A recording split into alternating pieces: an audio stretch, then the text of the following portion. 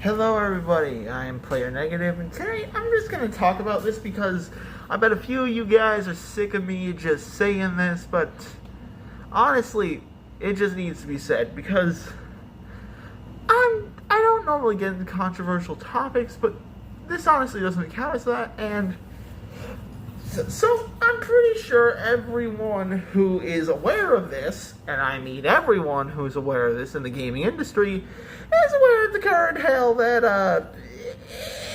Nintendo's pulling. Not only are they releasing a console that barely anyone can afford, not only are they targeting innocent people for just wanting to share games, have fun, or modifications, not only are they literally making a Nintendo Switch unable to be used by the consumer how you please because, once somebody buys something, it should be in their hands, not yours.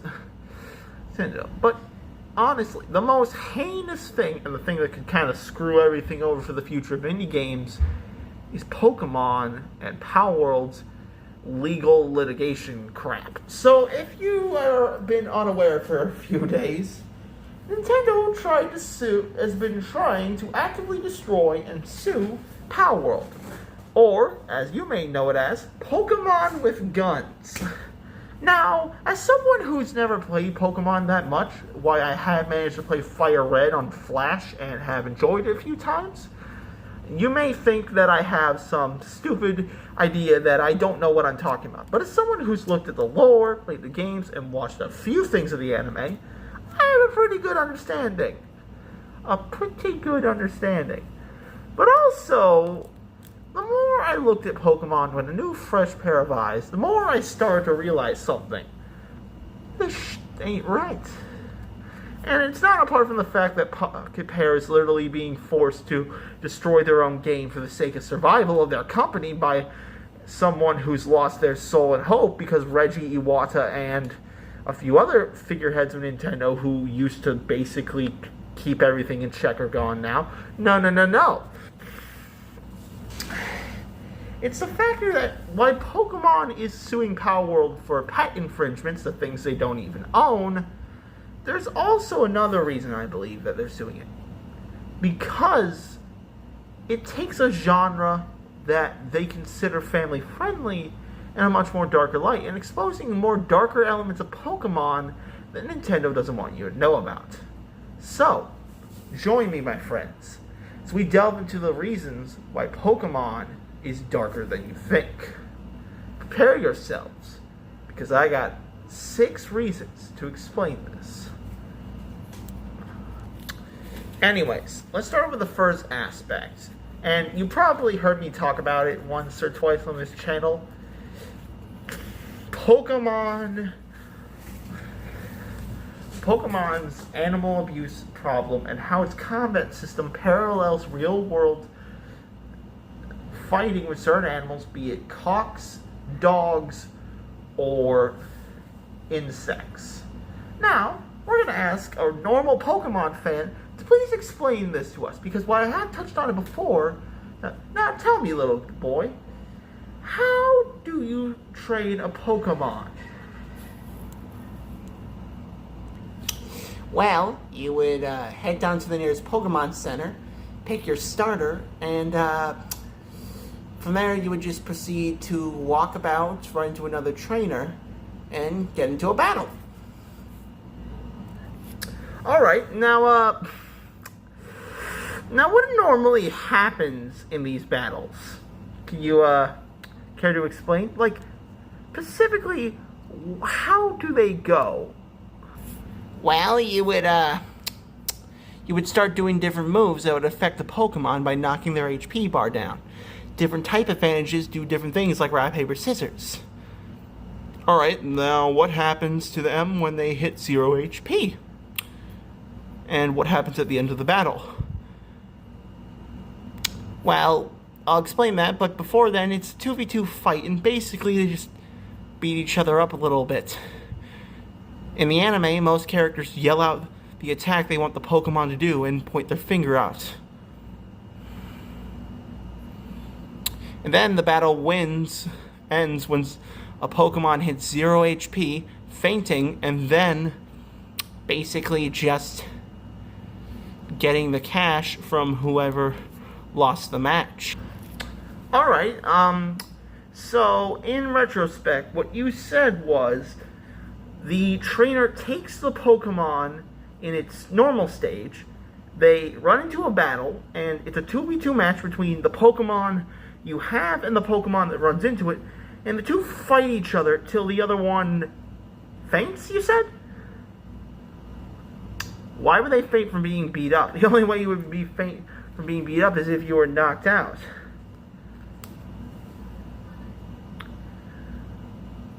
And they point and yell? And the Pokemon's like right next to them when they do this. Yeah, that's how it works. Alright. Now, do you know how pit bull fights work? No. Alright, let me explain it to you. Well, normally a person grabs a dog, and the dog is paired up against another dog that's basically larger or meaner than they are. And from on getting hurt, they become more aggressive and more prone to violence. The owners yell at the dog in order to get it to fight or smack it with a stick, which went into detail about this was in Jack London's White Fang. In basic scenarios,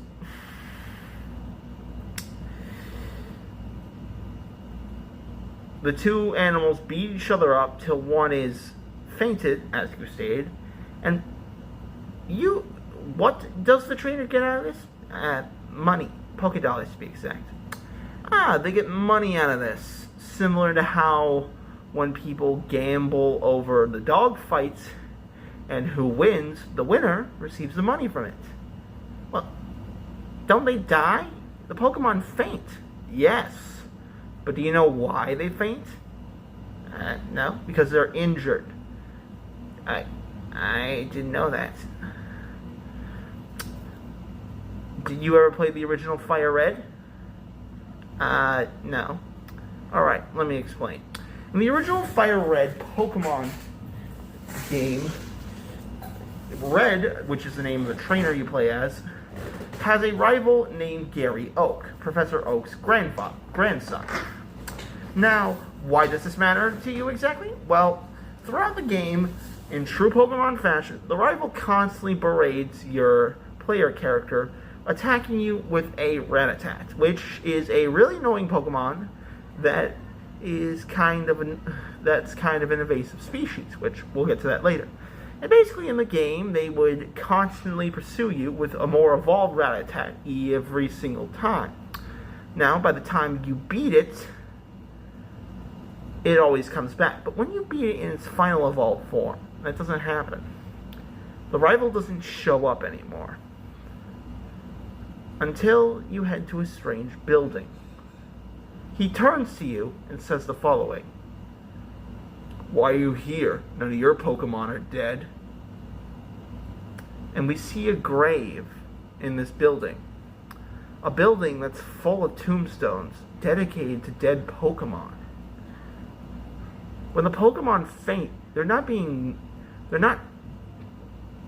fainting from exhaustion or lack of air. They're fainting because they are dying and getting beaten up, which is similar to pit bull fights. In pit bull fights, the dog is literally forced to kill or fight another dog, or they faint and slowly die as they get beat up. But you still benefit from it because of the money you get. And when the Pokemons return into the ball, they're still injured. They don't retain any health after it. They're still injured within the game. Not to mention, people using the items like candies or foods that are used to catch Pokemon and make them more docile leads to a lot of strange ideas. For instance, there are some people who will use drugs on animals to make them more obedient or make them easier to catch in hunting, which perfectly mirrors some of the items you use in Pokemon. Yeah, but That's only one example. There's no way that Pokemon mirrors something. Now, moving on, or before we move on to the next section, I want to explain another thing that is a very common misconception, the evolution of a Pokemon. Now, why many people love to accept, or there's an argument of, whether or not a Pokemon's evolution is a separate being or not, there's actually a lot more to it. For those of you who do not know, a Pokemon's evolution is just them aging. Don't believe me? Well, if you watch the Pokemon anime, specifically the era that takes place with Sword and Shield, in the beginning of that episode, or the few beginning episodes, you get to see the perspective of Ash's Pikachu before it ended up in Professor Oak's hands as a Pichu. Now, to be clear, this Pokemon did not find a trainer or have anyone teaching it to evolve into a Pikachu. It just did naturally. Also, in other games, you can find other Pokemon who have evolved from in a different state of evolution without being trained by anyone, which leads to a lot of situations and issues that happen. Which, you know that basically pit bull owners take their dogs as puppies and teach them slowly over time how to fight people. Also, several power-ups lean into questionable things like candies that forcibly evolve them, which leads into a whole lot of questions, like whether or not they're drugs or whether or not they're steroids. I mean, realistically speaking, we can put animals on steroids, and certain Pokemon candies temporarily level up your stats or do various other things, which leads to a question of whether or not these power-ups are actually good for the Pokemon when you give it to them. And also, similarly, some of them have weirder origins. Now, we're only counting the Pokemon that are inspired by or are the equivalent of animals here, because some of them are supernatural forces that we genuinely cannot count. Like, some Pokemon, and this is a real thing within the anime and in the games, hauls kids off to the afterlife. Like, this random Pokemon just kidnaps children to the afterlife. And we just, never think about that twice. Also, it's described that certain human beings eat Pokemon, which leads into the few subject matters like the meat situation with, certain certain companies that create meat. Are they just killing Pokemon? Or are they using the dead Pokemon from after the trainers lose them in battles? It's a lot of questions. It's a lot of questions. I mean, there are several Pokedex entries, which, if you don't know what a Pokedex is a little flippable DS thing that provides information on any Pokemon that crosses your path if you don't understand them.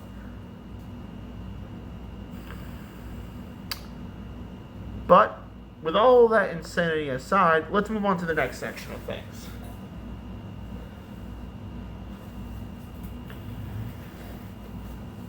Experimentation. Now, you might think it's crazy for me to say that there's something in the world of Pokemon that mirrors the concept of humans messing with or creating hybrids or monsters or Pokemon themselves. What could possibly mirror in reality?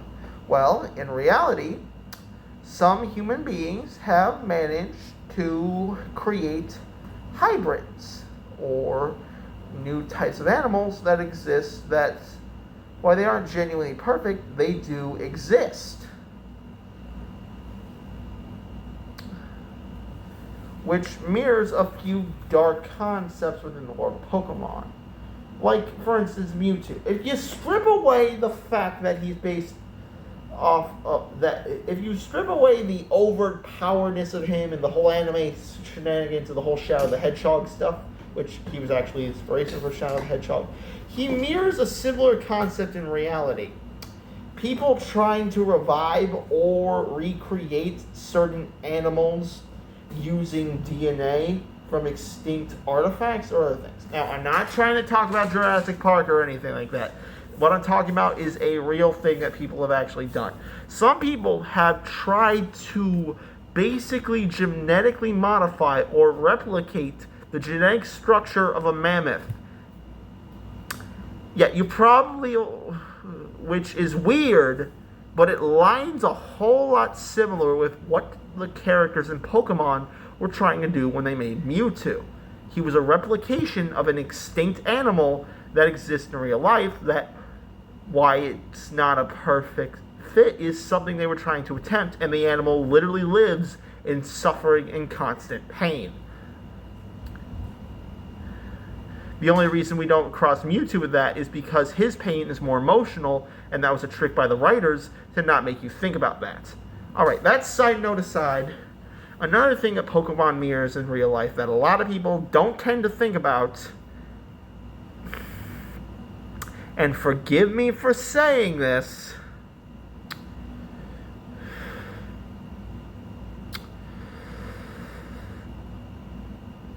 races. Specifically, races that involve dogs. Don't believe me? Well, Nintendo's done it before. Back in the early days of the N64, in Legend of Zelda Majora's Mask, there was literally an entire minigame dedicated for you betting on a dog to win a race in a round-shaped lap racing track similar to that of what greyhounds are trained on. And you know what? Just like the real thing, the game is rigged against you.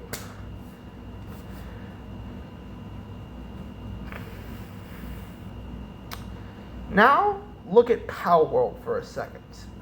The game, right off the bat, doesn't try to hide the fact that the player's actions can be good or evil. We are literally introduced to characters who abuse pals as weapons, as tools, or as food, similar to how humans treat animals in some areas. Now, I'm not trying to be a hippie and say that all animals are being abused. No. I'm just saying, the bare minimum of what I am saying is that there are some aspects of Pokemon that if you really, really look at it, can have some similarities to how some cruel people treat animals in the real world. Like, for instance,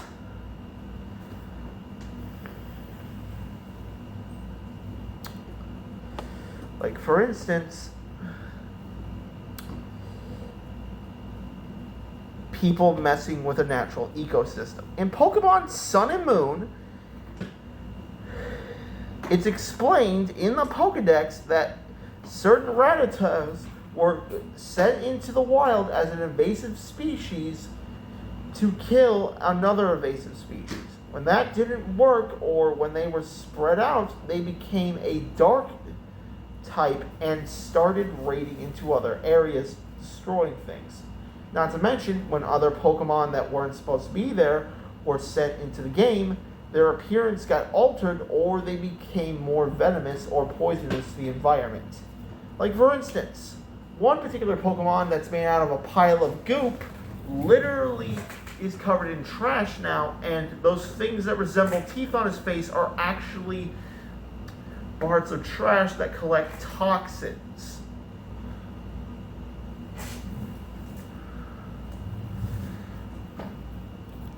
Yeah, crazy, right? Oh, sorry about the editing situation. There was a cockroach inside of my Sega Genesis and I had to kill it. But the basic, short and sweet, is that there's various aspects of Pokemon and Palworld's legal registrations that are more than just protecting Pikachu's shiny little image.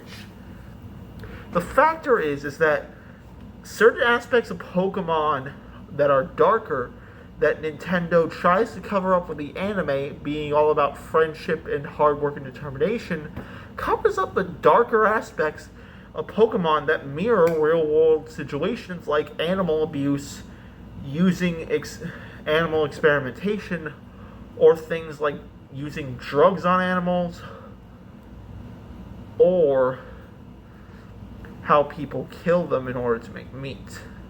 And here Power World is, a game that actually chose to evolve and peruse itself to literally be something more,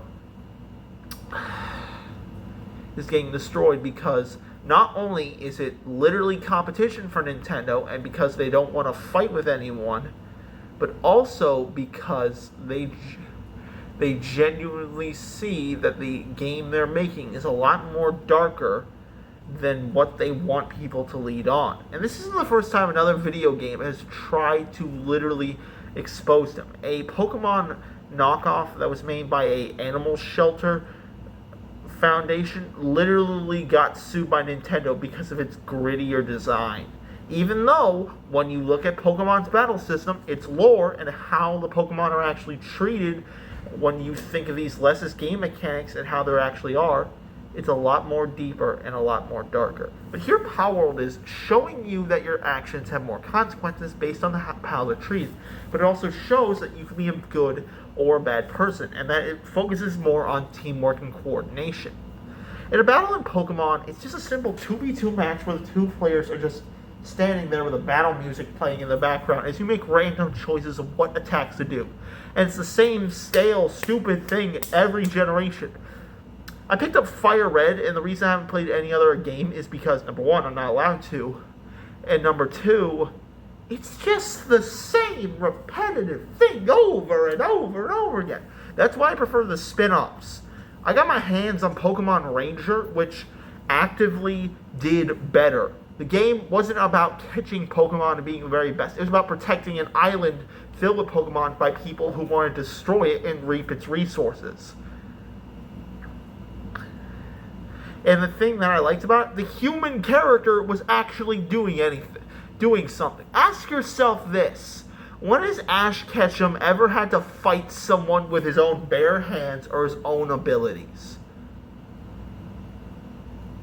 You can't, because he never does anything. His Pokemon are always doing the work for him. Meanwhile, you got Power World over here, which, by the way, unlike Nintendo, is willing to openly talk to their fans, show sincerity over the stupid issues like development teams dealing with the fact they have to remove mechanics that make up the game for its own identity, just because some patents that, genuinely shouldn't exist because Nintendo doesn't own the right to mounting, and basically forcing them down. But also, Power World shows a more darker side of Pokemon's aspect. The animals are literally hurting each other, and it doesn't sugarcoat things. But it shows that you can be better, that you can do what those people can't. And that's what Power World tries to do. It shows you that you can do a good or a bad option, that you can be someone who treats these creatures and this land with respect, forging it alongside them, or you can destroy it using them as your pawns. And honestly, the game does a good job of mirroring this, because unlike Pokemon, which, the game's an RPG, while Power World's a survival crafting game like Minecraft, it shows a sense of sincerity and earnestness. The game literally has you working alongside them, and it feels more real. It feels emotional. You feel attached. This is a world. This is a place. You switch from wearing a simple Roman toga to having a suit of armor with a gun. This game used to just be a joking little thing about Pokemon with guns, but now it's the life or death situation on whether or not video games will be free to flourish and innovate, or be forced to stay by strict rules of corporate faceless companies who want you to fall because they expose darker elements in these so-called kid-friendly games. And I am making something that will oppose in response to this. That's all I had to say.